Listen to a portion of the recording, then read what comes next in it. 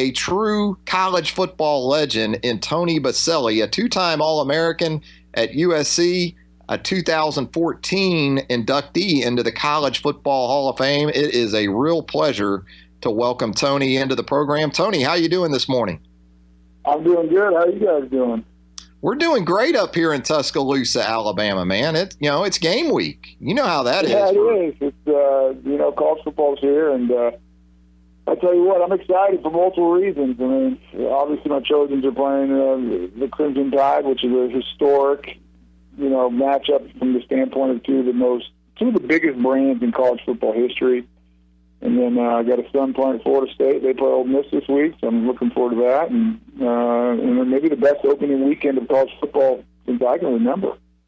When you talk about helmets, Tony, I'm with you. I don't know if I can recall a better weekend. I mean, it's almost like in most years, if Notre Dame and Texas were getting together on a football field, that would be all the talk. That's all you would hear about.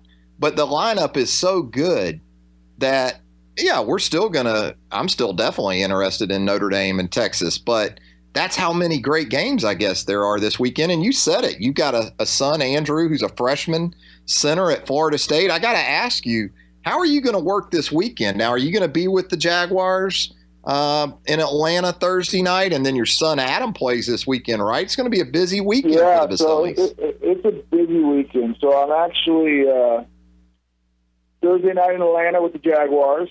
And then Friday night high school football. I have a senior that I coach who plays high school football and is getting recruited to play. Saturday, we're actually going to the Auburn Clemson game because he's getting recruited by Auburn. And then driving back Sunday. And then I got a radio show Monday night. And my wife's going to the game, but I'll be sitting by myself because that's where I want to be, in front of a TV to watch Florida State play Ole Miss. Wow. So it's a busy weekend. That's really the perfect weekend, though, isn't it? I mean, does it get any better than that? The only thing that would have been perfect is if somehow Alabama and FC could have played on Sunday, so I could have got every game in, because I'll be following that game by my phone. I'll be disappointed. I'll be recording it. But the kids come first. My kids always come first, and my alma mater comes second. So I'll miss a little bit of it. Now, Tony, your alma mater could use you Saturday night, I think. It sounds like Chad Wheeler, their starting left tackle, is limited at best. I mean, they need you back. They need to check your eligibility, see if they can get you in that lineup. I mean, talk about, what challenge that presents, at this point heading into an opener. I guess you've had some time to sort of prepare for this if you're Clay Helton. But with the way teams get after quarterbacks now, especially on the defensive side of the ball, going into a situation like this without your top option at left tackle? Yeah, well, I think, most weeks, obviously, Southern Cal is, a lot of good players and a lot of depth. And I think they'd feel pretty good about the situation, like I said, in most cases. But you're playing a team in Alabama who is known for their fronts. And that defensive line is outstanding. They're big. They're powerful. They lost a couple guys to the NFL, but you watch them year in and year out. They just restock guys, and they keep it coming. And then their offensive line is outstanding as well. And so where the difference in this game that I'm concerned about from a USC Trojan perspective is in the trenches, and losing Chad Wheeler, and probably, not sure who they're going to go with, but it might be Roy Hemsley, the redshirt freshman, who's gotten some reps. I mean, there's a list of guys that you do worry about what it looks like as the game wears on, as guys get, the body punches. From a skill standpoint, I think SC is as good as anybody in the country. They have great backs. They have great receivers. Julius Smith-Schuster is one of the best receivers in football. Both teams are going to be starting quarterbacks that don't have a lot of experience, so it's a push there. But I think where you might see the difference is at the line of scrimmage, and that's where USC is going to have to come play the boy football against Alabama. Is that the kind of game you're expecting, Tony, looking at these two teams? I mean, we talk about all the skill talent, and you're right. SC has a ton on offense. Alabama counters with a ton. But the factor of breaking in what is essentially new starting quarterbacks for both teams, when it comes down to it, Do you think it goes back to the old matchups, the old school matchups of run the football, stop the run? Do you think that's where it gets sort of settled here? Well, I think that's where everything gets ultimately settled. And if you look at Alabama and why they, year in and year out, are winning, they have great defense. They do a lot of good things. They have special skill guys. But, they've won, I think, I want to say it's three of the four national titles there that Nick Saban's won. He's won with quarterbacks that were first-year starters. And the reason that is because the great offensive lines he has. And if you can control the line of scrimmage and run the ball and protect the quarterback, you can do anything you want. And they've done an outstanding job of recruiting the right guys there and coaching them up. And they have a system that's pro-style, and they say, listen, we're going to run it, we're going to stop the run, and we'll take our chances from there. When you look at SC right now, Tony, we're talking with Tony Boselli, two-time All-American at USC and a College Football Hall of Fame inductee in 2014. What is your feeling about the direction of the athletic department and the program in general? There's obviously been turnover with Pat Hayden stepping aside, change at the top once again with Clay Helton coming in there to take over for Steve Sarkisian. What's the sense you get right now from SC in terms of the department and the program? Well, listen, ever since, in my opinion, we were wrongly put on probation, and if you look into it, there's actually a lawsuit going on right now against the NCAA, and the penalties that were brought down, losing 30 scholarships over 3 years was crippling.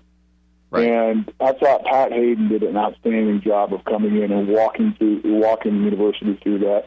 And still, during one of those 3 years, I think had an 11 wins team. I mean, it was still competitive. And you do that to most programs, and they're going to disappear. Happened here, FC's hung in there, and Pat Hayden did what he wanted to do. He got him through, and it was time. He was ready to transition. And I was happy with Pat. Thought he was awesome. And I think the hiring of Lynn Swann is a perfect guy for the next era. He's an SC guy. He has leadership on him. He understands the power of how the alumni base works, the importance of sports at that school, and especially football. And I think he'll lead it in the right direction. And the interesting thing is, and I don't think any of us know, Pat Hayden hired Clay Helton. How will that work with Lynn Swann coming in? I don't know the answer to that. I know Clay Helton's a really good football coach, and I think he's going to do a great job. But at the end of the day, when you have new leadership, there's even more pressure. There's enough pressure already when you're a coach of a program like USC or Alabama. But you get a new athletic director who's going to be looking really closely, and he, quote unquote, you want his guy. I think the pressure's even ratcheted up a little bit more. So it'll be really interesting to see how this year plays out. Good stuff. Tony, wanted to talk to you about, you've gone through the recruiting process all over again, haven't you? With Andrew going to Florida State, you mentioned Adam right now being recruited by Auburn. Going back to when you came out of high school, it has to be just amazing how much everything around recruiting has changed. Is that the way you've kind of viewed it from your standpoint now as a dad? I absolutely hate recruiting how it sits today. I don't like it at all. I think it is really difficult on the young men, on their families, and I think it's tough on schools as well, where and I'm not sure there's an easy answer to it. I think there needs to be an early signing period where, kids can, once they commit, they can sign early. Because what happens here is you have all these schools offering scholarships to these kids at a younger and younger age. When I was getting recruited, I didn't get one scholarship offer until after my senior year playing, and I went on an official visit. Never got one offer. Nowadays they start when they're sophomores or even younger. And then all of a sudden you start offering these kids scholarships, kids accept them, and the next thing you know, they go to say they want to go there, and the school at the last minute says, well, we gave it away because they offer, 100 guys because they feel like they have to compete, and because they don't know where the kids are going to go. And I think you really hurt some of the kids and families in the process, and it makes it tough on the schools. And the other thing is, I'm not sure I would have got recruited at all in today's football. I was a late developer. I was a skinny kid, wasn't strong, just a good athlete, playing offensive tackle. And I didn't really come on until my senior year and end of my junior year. And today's high school football and the way they recruit, I'd be an afterthought. I might be a two-star. And it worked. Wow. It worked out all right for me. And I just think we try to pigeonhole these kids at such a young age and make them make decisions way too soon. And you mentioned the schools side of that, sometimes backing out on kids. I also wonder, and you tell me what you think. What's the motivation for a kid who gets a scholarship in ninth grade to continue to work to develop? You see that as a problem too? I mean, where's the motivation to continue to work? I see the whole system as a problem. I don't think you should be able to offer. Number one, how are you offering a kid in the game of football at that age? You really don't know how he's going to develop. And, and what about the kid who's going to develop late? I mean, and then you have kids, committing to schools with no intention of ever going there, and they commit to multiple schools and they back out. And I told my boy this: listen, we're not playing this game. And I think it ended up hurting them a little bit, maybe, or could have, but it all works out. I said, we're not committing places and then backing out. Right. I said, we're going to try to do this. Is not that you can't change your mind, and not that things don't change with coaches and everything else, but we're going to do our best that if we say we're going to go somewhere, that's where we're going to go. Instead of just telling everybody you're going to commit and that's what you want to do. And because I understand from the school's perspective, it makes it hard. It makes it hard for these coaches really to understand where they stand with a kid when it's so easy in today's recruiting process just to say whatever you want and change your mind at a whim. Talking with Tony Boselli, two-time All-American at USC and a College Football Hall of Fame inductee, four-time All-Pro for my Jacksonville Jaguars. I have a hard time selling those Jags up here in Alabama. I bet. We do our best, We had a tough one the other night, but that's all right. I know. I got that offensive line, man. Well, I mean, that'll be all right. What's that? Just talk to these three. That'll be all right. Just talk. I got you. He'll tell you all the. He's a little negative sometimes, but he's Yeah, I apologize for him in advance. There's nothing. You don't get to pick family. Tony. I mean, you don't get to pick them. Hey, I wanted to ask you about. I noticed that you went into the College Football Hall of Fame in 2014, and also part of that class was former Alabama great Derek Thomas, the outside pass rusher, just a dominant edge guy. I couldn't recall now. Did you ever go against Derek while you two were in the NFL? Did you ever go against each other?